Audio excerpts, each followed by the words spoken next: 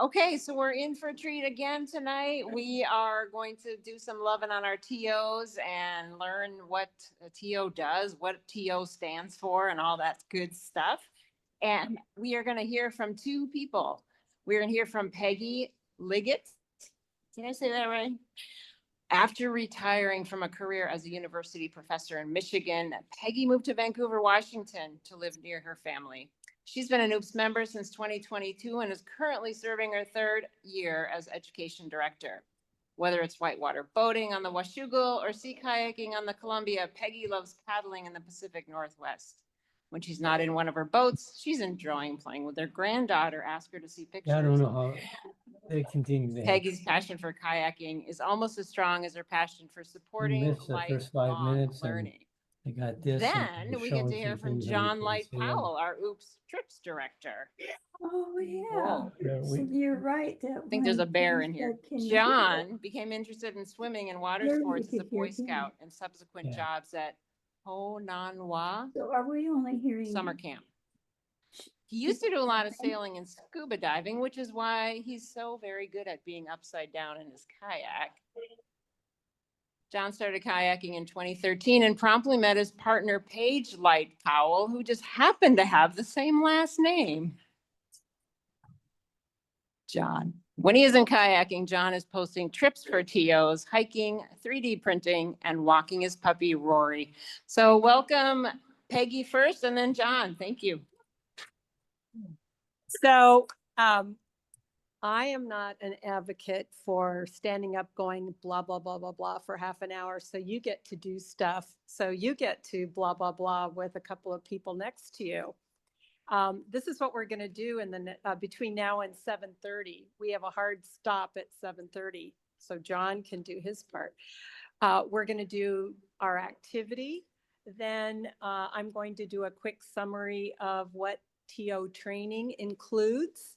And then if there's some time for some question and answer, we're going to do that. So next slide, please. All right. For those of you that are in Zoom, if you on a piece of paper or typing, whatever, if you would write down a memory about a positive trip organizer experience, I have for you at the table, I'm going to hand out something for you to write with and something to write on. So I'm going to bring your paper for you to write on. And it is appreciative to be quiet while you're writing. So you're not talking and writing at the same time. And you have 2 minutes.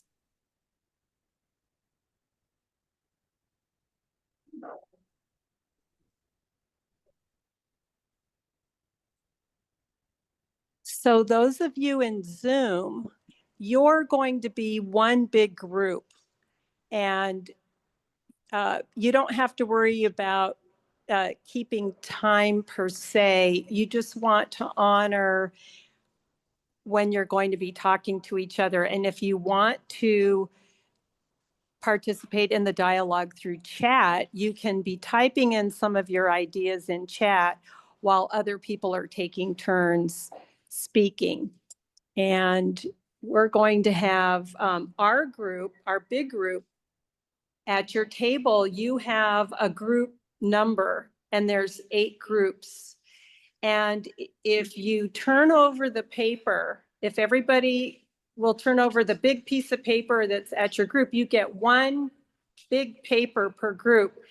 So I'd like one of you in your group where you're sitting, you can decide who's your group.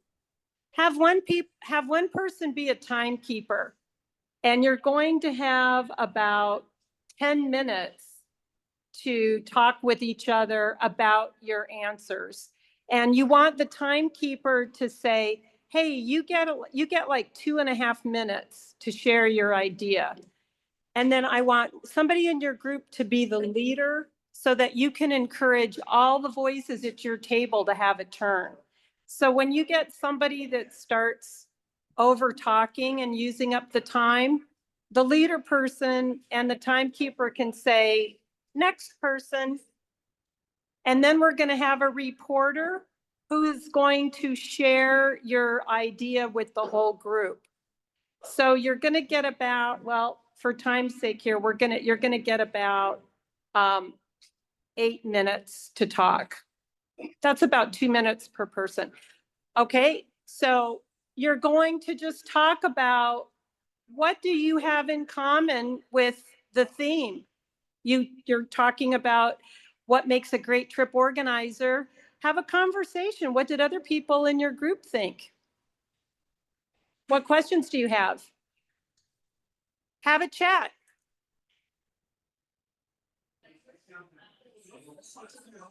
Okay, so this is Lori on Zoom. Can all of you on Zoom hear me? It looks like most of you are muted. Lori, Jeff, and Peggy can hear you. Okay, I bet everybody could hear me. I can hear you. This is Kim. Cool. So does anybody want to jump in first? I can. Go for it. Okay. There was a large group of paddlers on the Oregon coast, and waves were getting pretty choppy. And I suggested that we turn around. We did. And afterwards, I felt pretty bad about it and talked to the TO. He was very supportive and assured me that other folks were also a bit anxious and were concerned and thought about turning around also. So I wasn't the only one feeling that way. So the trip organizer was very supportive and helpful for me. Cool.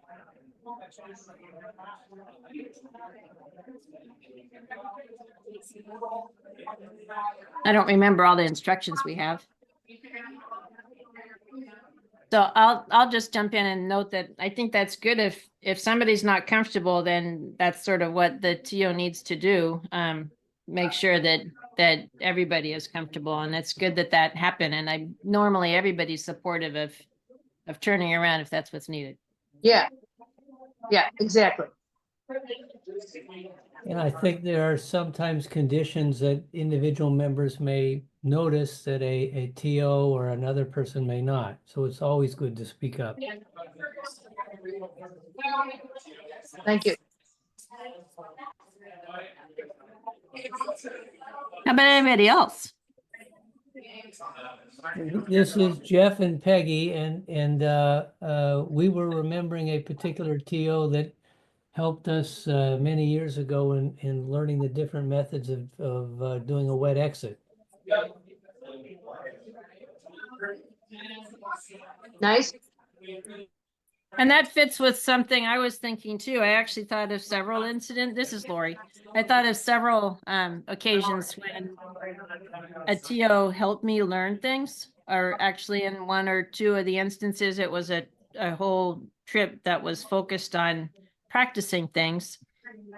So yeah, I appreciate it when TOs take the time to share a skill that you haven't yet learned.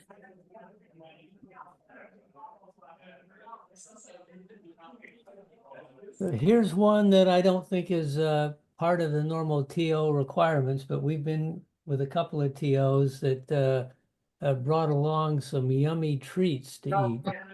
That was one of the things I thought about too. Always welcome, right?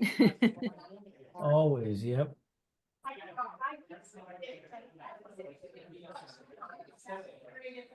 How about the rest of you? Well, I don't know if Sarah's on here, but she just wrote a comment into the chat window.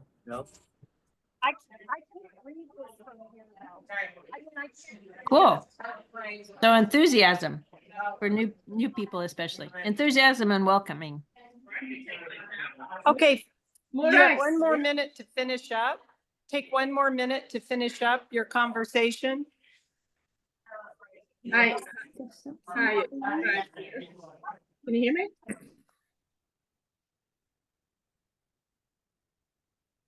Can you hear me? I can hear you. Go ahead. Hi. I was gonna say that Andrew and I had the opposite experience with Kim, where we were meeting a group and weather had put an awful lot of people off the idea of paddling that day. but the TO, or in fact, the original TO bailed, but another TO. Okay, the window Well- is closing. Watch, here's the window. This is No, when that's you need to also stop called- talking with your last thought. An awesome paddle that day. Okay, now we're going to share. You have a reporter in each group. So hopefully you'll have one volunteer that will share a couple of the ideas that you talked about. And it would be more like, what are the common characteristics? So Patty has agreed to share what some of the thoughts were from the people in the Zoom room. And I'm going to ask the reporter to come up so that the people in Zoom can hear your response. So reporters, just if you don't mind, come up to stand up here. Or a couple. We don't have to have all 8 of you. We could just have like three volunteers. Okay, I've got 2 comments from the chat. A trip organizer was very good at helping me with learning different methods of wet exit so I could be certified. Watch the cords there, folks. Another one, I think one of my very first Oops paddles was with Mark and Janelle. And they were so welcoming and so encouraging and had a lot of guidance for me since I was interested in becoming an active member of the club. Sweet. Thank you. Can you save your chat? Can you download the chat for me? I'll try. Yeah. Okay, can you just read it off as the get to stand in front of the Oh, hello. Get my right in front here. Right. Hello, Sarah. please. One interesting one was noticing a TO who observed paddler behavior about how they climbed in their boat and kind of knew a little bit about their skill level before they even started, and taking that into account. Welcoming to all paddlers, being able to give a brief but thorough safety talk. Also, does a paddler check-in throughout the paddle? I won't take any more. No, that's it. Okay, we're good. Next one. I have a list of 5 things that we decided were helpful. TO was encouraging, made sure the paddler felt safe, was teaching in a non-intrusive, overbearing way, acknowledged different levels of paddlers, and was funny. Okay, Fred, thanks. Okay, I'm going to repeat a few of the themes, but definitely encouragement, showing by example and also leading by example, creating a safe space, gently pushing people to learn, and finding teachable moments and having fun. I was in group 3. It was just me and Peter, and I'm not a TO, and he is. So here's what we came up with: safety, number 1, like just promoting safety and making everyone feel safe when they're out on the water, being well organized, having great leadership skills, fostering group interaction so we feel like a community of paddlers, being reliable, friendly, great communicators, being courteous, being highly attentive to paddler needs, so that not leaving anybody behind, and teamwork. All right. Right there too. Okay. We had a couple of themes for our combined groups 6, 7, 8. One of them had to do with having the trip organizer be aware of changing conditions and be willing to cancel or change the plans if need be. And then the second one was folks with good teaching skills and encouraging folks to challenge themselves. Okay. So our little chat, and I'll boil it down, but the thing, right. So the thing that we kind of came back to was that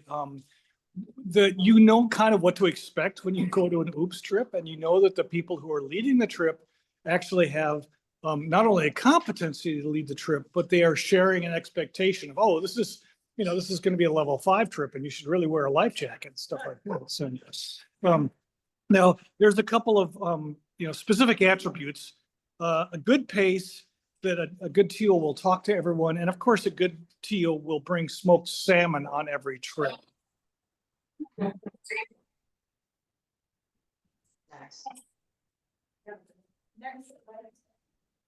another one from the summary. Yes. Oh, go ahead. You want me to present? Yeah, go ahead. I just took a bite of my salad. Okay, no, I don't have salad in my mouth. Sharing a skill with the group, bringing yummy treats. Huh.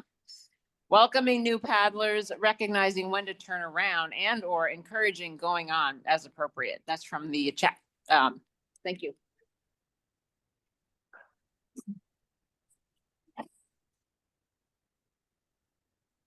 So you may be asking, well, why do we want to talk about those things? Well, this is trip organizer celebration and appreciation.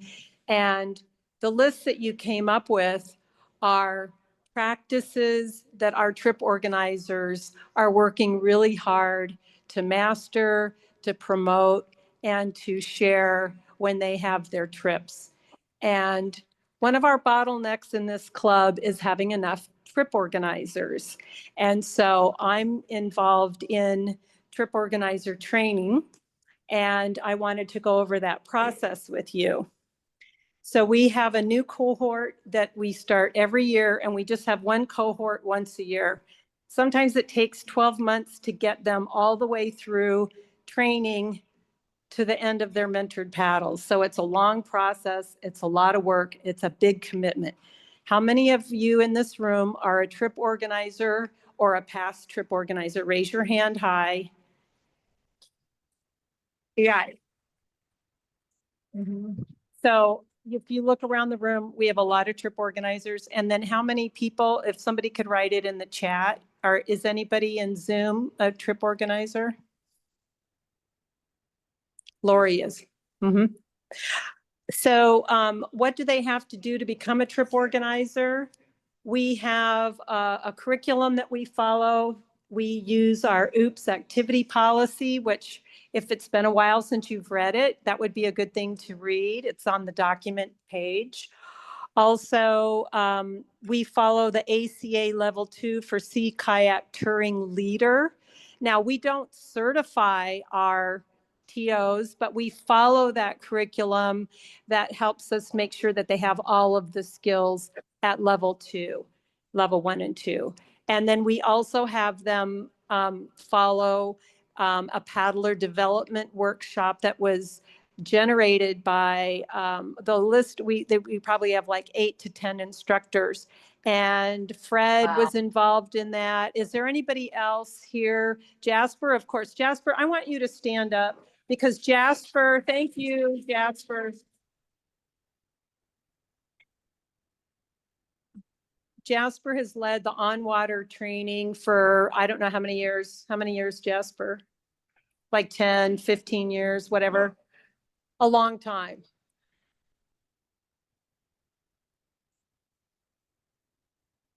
And that is a big commitment. I've gone through, many people in this room went through Jasper's on-water training. It was phenomenal. So that's also part of what we have. We have 6 hours. First, they have all this reading to do with all of that information up there. Then they have 6 hours of online, interactive online training. And they learn what are all the things you need to know about running a successful trip. And then they also have to learn about the trip's way of doing things. I mean, the OOPS way of doing things. How do you submit a trip proposal? And all of the information around navigation and all the things that are around safety and positive leadership. Then there's 2 days of on-water training, and that includes rescues and safety, navigation, and then a lot of it is group management and leadership. And then they have to do 3 mentored paddles at least, and they have a different mentor each time. And if you've been a mentor, please raise your hand. There's a lot of people in this room that have been mentors for other paddlers. And we have at least one trip organizer candidate. Paige, would you raise your hand? Paige is one of our, and is there anyone in chat? I mean, in Zoom? I don't know if we have any of our candidates in the chat. 3 members or 3 TOs, but I didn't see anybody that said they were a candidate. Oh, 3 people were TOs or RTOs. Okay. Oh, great. Thank you, Sarah, Carrie, and Lori. And Lori has also been a mentor. Yes. And is that Lori Stoley? Yeah. So Lori is also getting some instructor training. So she'll also be one of our instructors for OOPS, and certainly helping with on-water training. Then once you become a trip organizer, there is a minimum requirement of leading 2 trips per year. And we'll segue in just a moment. But are there any questions about trip organizer training? Or I'm just wondering, if you become a TO, how do you, is there like a book that tells you patterns that you can choose from to lead? Oh, yeah. No, that's a really, really great question. I think this is one of the best pieces of advice that was given when I went through trip organizer training, and that was feel free to copy or get great ideas about paddles from the OOPS calendar. And I really am appreciative of Wild Apricot. That's the system that runs our website. And people can go into the calendar and they can click on past years, past months, but past years. And they can see all of the old paddles, and they can click on the whole description. They can get the location, the tides, the wind. They can get all the conditions at that time that paddle was posted. But if there was a shuttle involved or there was some interesting thing, like I went on one of Mark's paddles, one of the characteristics that I would write down would be a very exciting narrative. So one of his narratives was like, let's go see those mystery birdhouses out at Ridgefield on Lake River. So people, TO candidates, can get really good ideas from all of those past posted trips. And we encourage them to use that as your idea bank instead of trying to recreate something. There's hundreds and hundreds of paddles. So just pick something from there and then use that information to update it into a future paddle that you'd like to do. And we have another moment. Are there any questions about TO training? Yeah, Joseph. Is that 2 trips a year, a calendar year, or rolling 12-month period? So are you gonna cover that at all, John, in your talk? Yeah, that's right. So Jon Light-Powell is our trips director, and I'm gonna introduce him in just a moment. And he's gonna cover that, what does it take for the 2 trips per year? I guess I could add, if anybody has a question or a comment, somebody that's been through TO training recently, if you have any comments that maybe you'd like to add. Joseph? The on-water training with Jasper and others is amazing. It's not just Jasper. He is in charge, but in my experience, Will Reno and his son were just essential elements who model great behavior. And so many people in this club do such a great job leading by example. Yeah, I would say that, yeah. So Joseph had mentioned how much he appreciated Jasper's on-water training, as well as other TOs that would come along, Ken Sun, Will Greenout. And we do have a very, very talented group of TOs that have had a lot of training and are willing to share that with our club for the on-water TO training day. So with that, I'm going to pass this over to John. First of all, thank you for entertaining me to do an activity with the group. And John, it's your turn now. Look at that. I stayed within my time frame.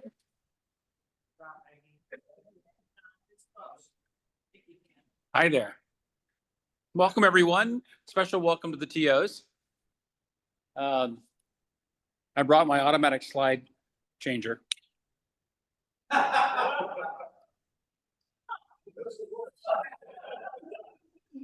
So, since January last year, our TOs, our 43 TOs have facilitated a number of multi-trip events. They've led 184 trips. That's a few. And they've organized and led many special events, which we're going to discuss. Such things include forward strokes classes, rescue practices, multitudes of those, eddy line work, camping events, surfing events, and of course, 3D printing events. Hey, that was early. So what is a TO commitment? Peggy has already discussed this. It's about a week of training. It's at least 2 trips a year. 6 is actually the preferred number. I like 6. No, it's 2 trips a year. And the question was, how do we count that? Officially, it's April to April. That's when we have been doing the counting lately. But the real answer is we need our TOs. We want you to stay. Things happen in life. I had a hernia surgery, for instance. But as long as people are making an effort to stay active and making an effort to keep going, then we're willing to work with them. And I also wanted to note that when these TOs plan a trip, it's not just like, oh, I'm going to copy this thing. They have the route. They have to think about the weather. They have to think about the tide. They have to think about other safety things like, for instance, boat traffic in the Columbia. And the whole thing there is to keep everyone on the trip safe and to have fun, to facilitate fun. And with that, I have picked 4 of my 4 people who called attention to themselves in the last year for leading interesting trips and going above and beyond. And I'd like to talk about those 4 TOs right now. So first person is Steve Blackwood. Steve has this trip he does. He does it sometimes every week. And Steve is one of our advanced TOs. And he does this trip on the Willamette where he takes people up to the falls and does a challenge for them to do eddy line crossing and entering into the localized fast water of Willamette. And it's an interesting thing the way he does it. He does it the same pretty much every time. He takes you out. He brings you up to a place where there's a nice sandy bottom and you can get out of your boat and talk. And he challenges you to practice your what's that called? Racing. And then to flip your boat over and get wet and rescue yourself. And that lets him see what kind of people he's got on the trip. And then he gives you, go on shore and he gives you a talk about the physics of entering an eddy line, which I'm not going to go into right now because I don't know them. But then he takes us up to where the stream is, and he has what he calls a challenge by choice. If you want to go out there and try to get across those eddies, you can. If you want to sit and watch, you can do that. And I've been several times, and every time you go, the currents are different because the river runs different. They put the dam up and down, and different things happen. But every time you go, people are going to flip over. So it's a great rescue practice. If you want to sit down at the bottom and catch people, it's great fun. So Wendy Lou often assists him, and I just have some pictures here. You can see some of the things going on. There's lots of fun currents. And like I said, a great place to practice your rescues. What Steve likes about it is the water is interesting right there, localized. But if you flip over, you quickly wash down into an area where rescues are dynamic, but not so much, right? Not like this. So that you can get down there and you can help people and you can practice doing rescues in situations where it's a little hard to get to the person. So it's an interesting challenge. Thanks, Steve. The next person I picked is Dennis Pennell. Dennis hosts a lot of multi-day trips for experienced paddlers. He publishes them, usually up in the Seattle Sound area of Olympic Peninsula. And he organizes the trips. He has everything planned for the tides and the safety considerations. And then he tells you some places you can camp, and the camping is up to you. You show up for the trips.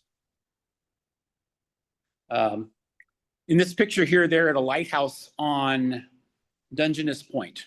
So that's sort of cool. I always wanted to go to that lighthouse. I actually went on a lighthouse trip, and we didn't get to go because the weather was too dangerous.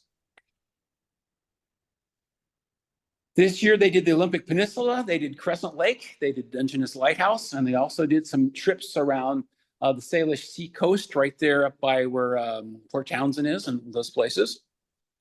I like that picture off on the right, the mountain range in the distance.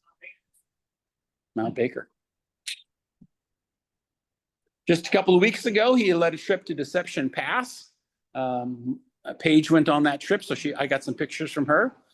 This was them coming down the coast toward Deception Pass and Canoe Pass. And this is the next day. She took pictures of everyone playing in Canoe Pass from the bridge up above. Sure, that's a good photo. Okay, oh, wait, I'll back it up one. There. So, Lori Stoll, not Stoley, Lori Stoll. First of all, I'd like to congratulate her. As of this week, she is our latest advanced trip organizer. So she has done some interesting things. She keeps organizing these interesting paddles. And so she's led several of these multi-pod complex trips, and she spent extensive time in organizing them. I mean, many, many nightly meetings with lots of TOs raising trouble, and she's been organizing them and leading them.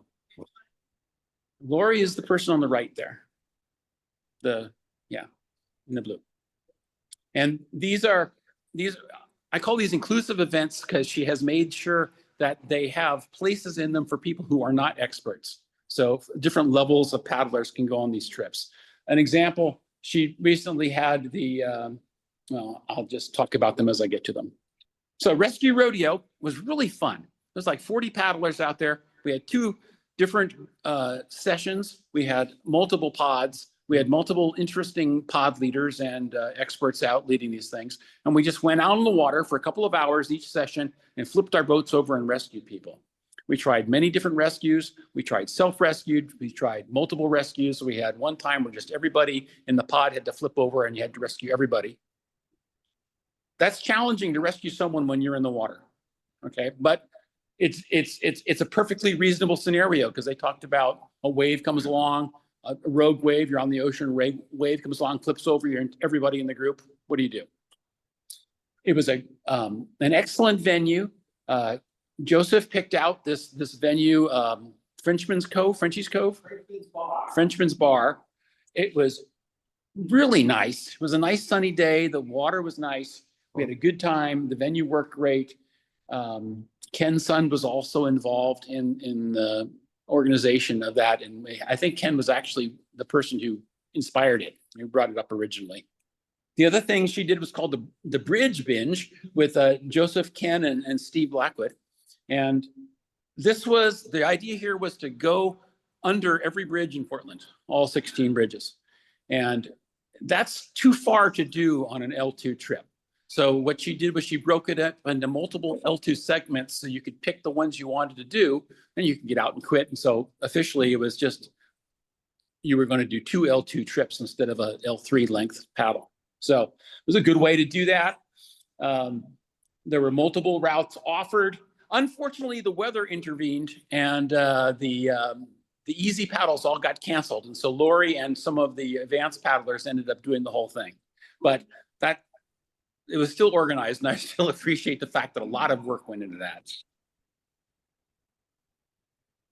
I just like this picture. There's lots of bridges there. And the last person I've picked, man, I'm really roaring through this, aren't I? This is the problem I had when I was lecturing. I would get my hour lecture done in 25 minutes, and then all the students are staring at you going, what do we do now? Ken Sund lives down by Cascade Head, Salmon River. the Pacific Ocean.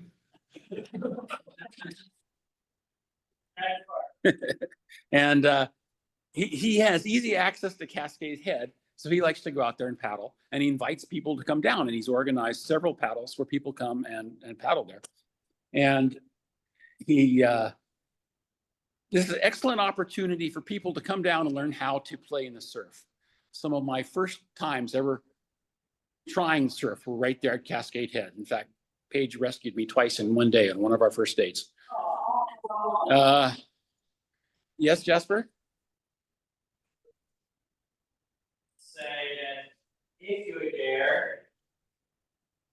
to see Mary's son, his wife's workshop. Jasper says, if you're there, ask to see Ken's wife Maria's workshop. You should probably not just show up and do that. You should probably be there on a paddle with Ken, just so we're clear. He does lots of outreach for others to attend. He's often posting things saying, hey, it's a nice day, come down and paddle with me, as well as leading official Oops paddles. So he's also working toward trying to get more people trained in surf zone education. So people who can lead surf zone intermediate courses, surf zone beginner courses. And that, I think it's cool that he has that initiative that he's doing. The other thing he did is he got the club, or the people down there on the beach, a pool. He started a writing effort, wrote in letters to the local pools down in that area to get them to start allowing kayakers to use the pool for kayak night. Now, I don't know how many of you are aware of it, but we have a hard time getting pools for pool sessions in the winter here. Right now, the only pool we can use is Oregon City. It's a great pool, it has a great staff, it has a great program, and we really like it, but it'd be nice if we could do other places. And every place else we've gone to has told us we don't have the funding for it. And so this is an example of how maybe we should start writing letters and saying, hey, I am a user of your pool. I would like to be the user of your pool. I'm a community member. And, you know, we need the safety that we need to be able to practice in the winter. So it's a good example, a model of what we can do. Here's some nice pictures of Cascade Head that Ken sent me. So it's some nice surfing and play out there. There's also a set of caves there that if you go into, make sure your wife is available to pull you out.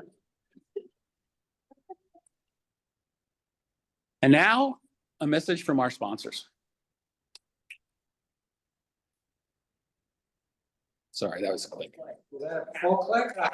There we go. So why should you be a TO? Oops runs on paddle trips. Paddle trips run on trip organizers.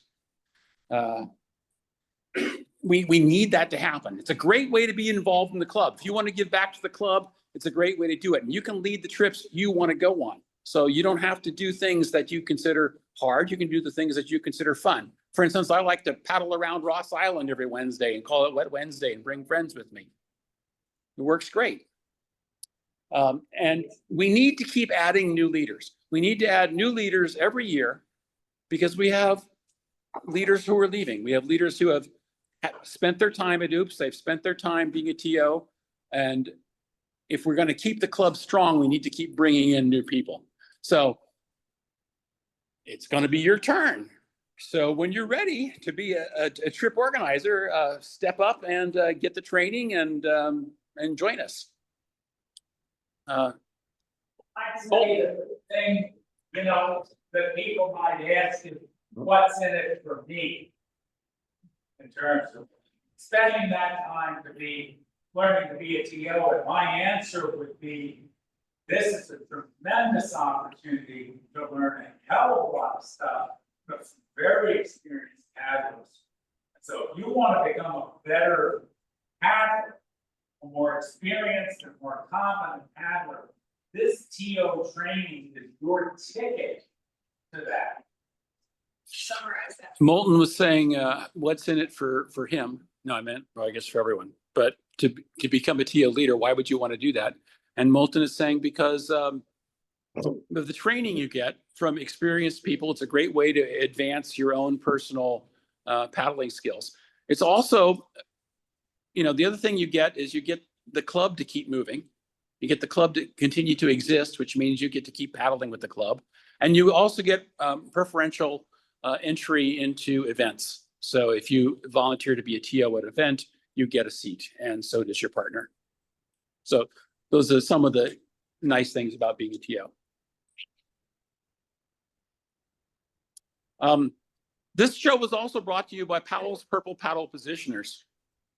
Picky paddlers prefer Powell's patented perfectly powerful purple paddle positioners, now possessible in pink.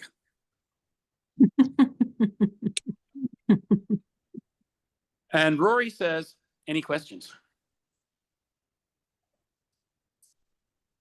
Tom. One thing that I really appreciate the TOs do is when they post after a paddle, the summaries of the paddle. I read almost every one of those, and you learn so much about where they went, what they did, what the water was like, what the wind doing.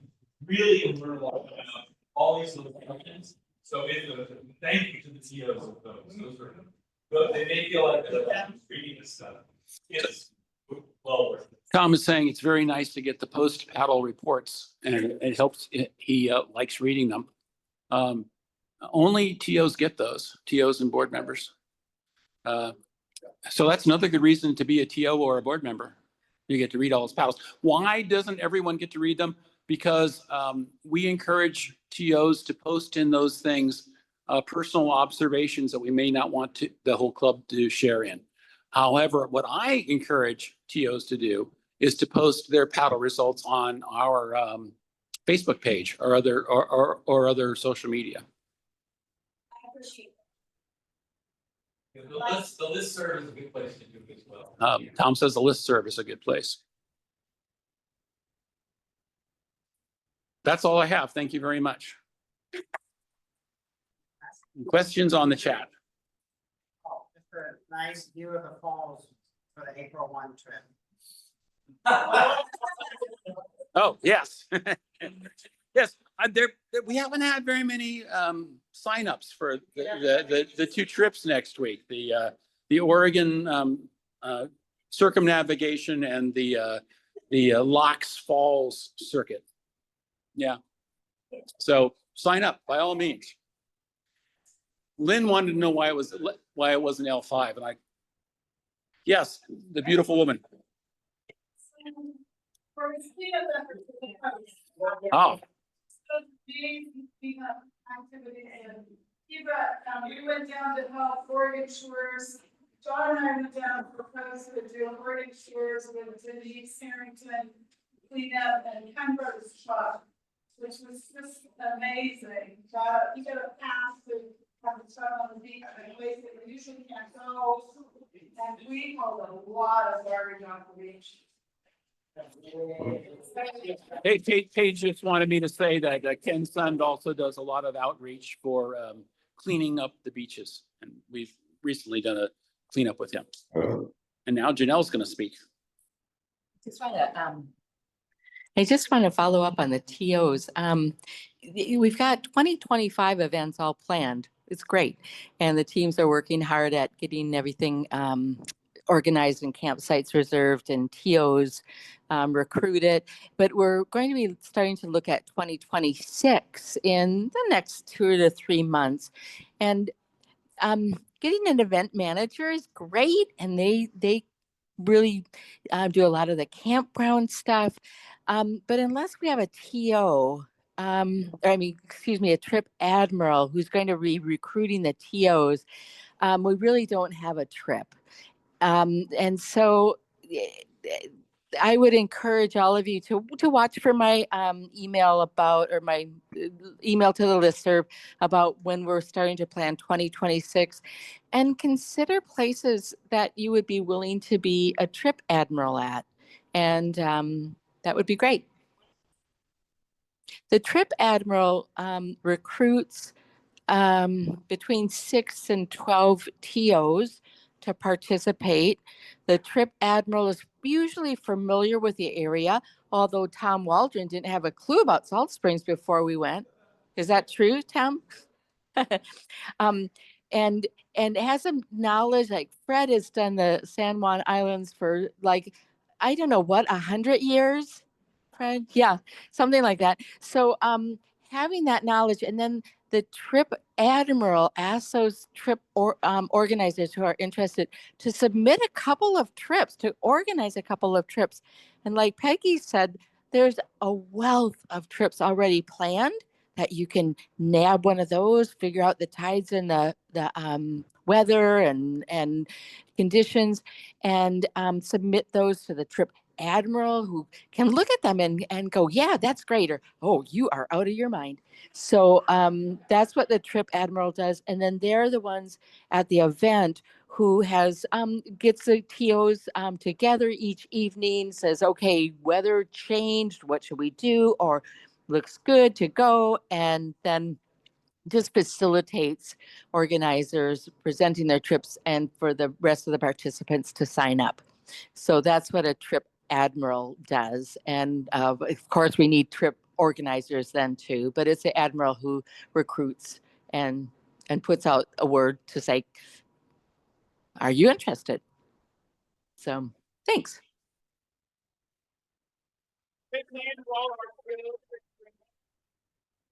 Thank you so much. That was a lot of fun. I think he must use that clicker thing with his dog trainings. That's what I'm thinking.